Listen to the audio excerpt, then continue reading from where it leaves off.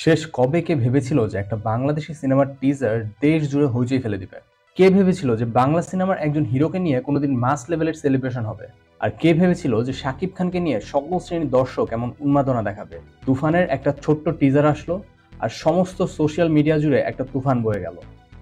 কিন্তু ব্রাদার, এটা তো কেবল একটা ছোট্ট ঝলক। আসল তুফান তো এখনো বাকি। Welcome to being serious. এখন কথা বলবো তুফানের টিজার নিয়ে।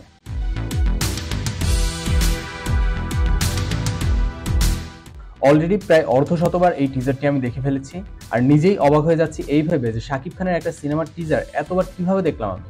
না, আমি শাকিব খানের হেটার কখনোই ছিলাম না, কিন্তু তার মানহীন কাজগুলো দেখতে দেখতে এক ধরনের অরুচি চলে এসেছিল, এটা কিন্তু সত্য।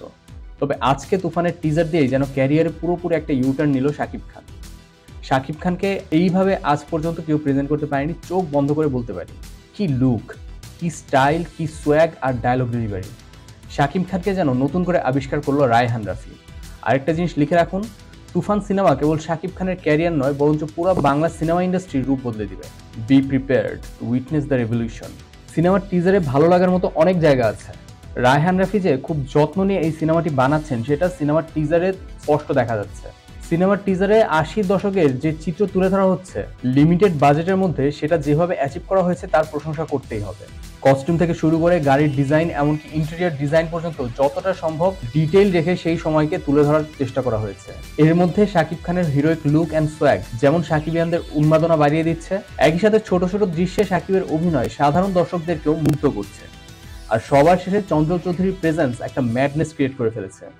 এখন ইতোমধ্যেই গুঞ্জন ছিল যে এই সিনেমাটা দুটি পার্টে মুক্তি দেওয়া হবে এবং চঞ্চল চৌধুরী এই প্রথম অংশে একটি ক্যামিও রোলে থাকবে। আমার কাছে মনে হচ্ছে প্রথম পার্টে শাকিব খানের বেড়ে ওঠা এবং একটু একটু করে নিজের রাজত্ব কায়েম করা দেখাবে। আর পুরো টিজার জুড়ে শাকিবের মনোলগের মধ্যেও কিন্তু এমনটাই ইঙ্গিত দেওয়া হচ্ছে। শাকিবকে দিয়ে শপথ করানো হচ্ছে যে ওর ক্যারেক্টার তুফান হবে সব ক্ষমতার অধিকারী, ওকে কেউ কিছু করতে পারবে না, আর যদি ওর পথে কেউ বাধা হয়ে দাঁড়ায় তাহলে তুফান তাকে শেষ করে দেওয়ার ক্ষমতা রাখে। অন্যদিকে দ্বিতীয় পার্টে শাকিবের পতন নিশ্চিত করতে চঞ্চল চৌধুরীর আবির্ভাব করবে। এখন চঞ্চল চৌধুরীর ক্যারেক্টারটা যে ঠিক কিরকম সেটা বুঝতে পারছি না। হতে পারে সে একজন পুলিশ, কিংবা কোনো একজন নেতা, কিংবা হয়তো এমন কেউ যে আড়ালে থেকে পুরো ব্যাপারটায় কলকাঠি নাড়ছে। একটা জিনিস লক্ষ্য করলে দেখতে পারবেন, সিনেমায় শাকিবের লুকে যে রনেস আছে, বড় চুল, মুখ ভর্তি দাড়ি, এলোমেলো ভাব রয়েছে, চঞ্চল চৌধুরীর ক্ষেত্রে বিষয়টা কিন্তু একদম উল্টো। তুফানের উগ্রতার সামনে চঞ্চলকে মনে হচ্ছে ঠান্ডা মাথার খেলোয়াড়।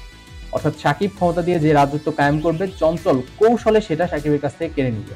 আর সবশেষে চঞ্চলের হাসি আর শাকিবের চিৎকার কিন্তু এটারই একটা পূর্বাভাস দেয়। এখন দেখা যাক শেষ পর্যন্ত কি হয়, খেলা কোন দিকে গড়ায়। তবে ইতোমধ্যেই মিশা সওদাগর, যিশু সেনগুপ্তের মতো বড় বড় নাম এই সিনেমার সাথে যুক্ত করে প্রত্যাশার পারদ অনেক বাড়িয়ে দেওয়া হয়েছে।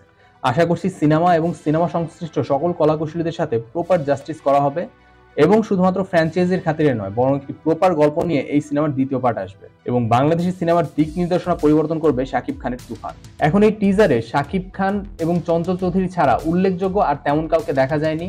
কয়েকটি দৃশ্যে পেছনের দিকে গাজী রাকায়েত এবং ফজলুর রহমান বাবুর মতো ক্যারেক্টার দেখা হয়েছে, তবে এখানে কেন্দ্রীয় চরিত্রে অভিনয় করা মিমি কিংবা নাবিলার কোনো ঝলক দেখানো হয়নি। হয়তো পরবর্তী ট্রেইলারে কিংবা গানে সবকিছুই খোলাসা করা হবে। আপাতত এই তুফানি টিজারেই উড়ে যাক সবাই। যাই হোক, শাকিব খানের এই তুফান সিনেমাটা নিয়ে আমি অনেক আশাবাদী।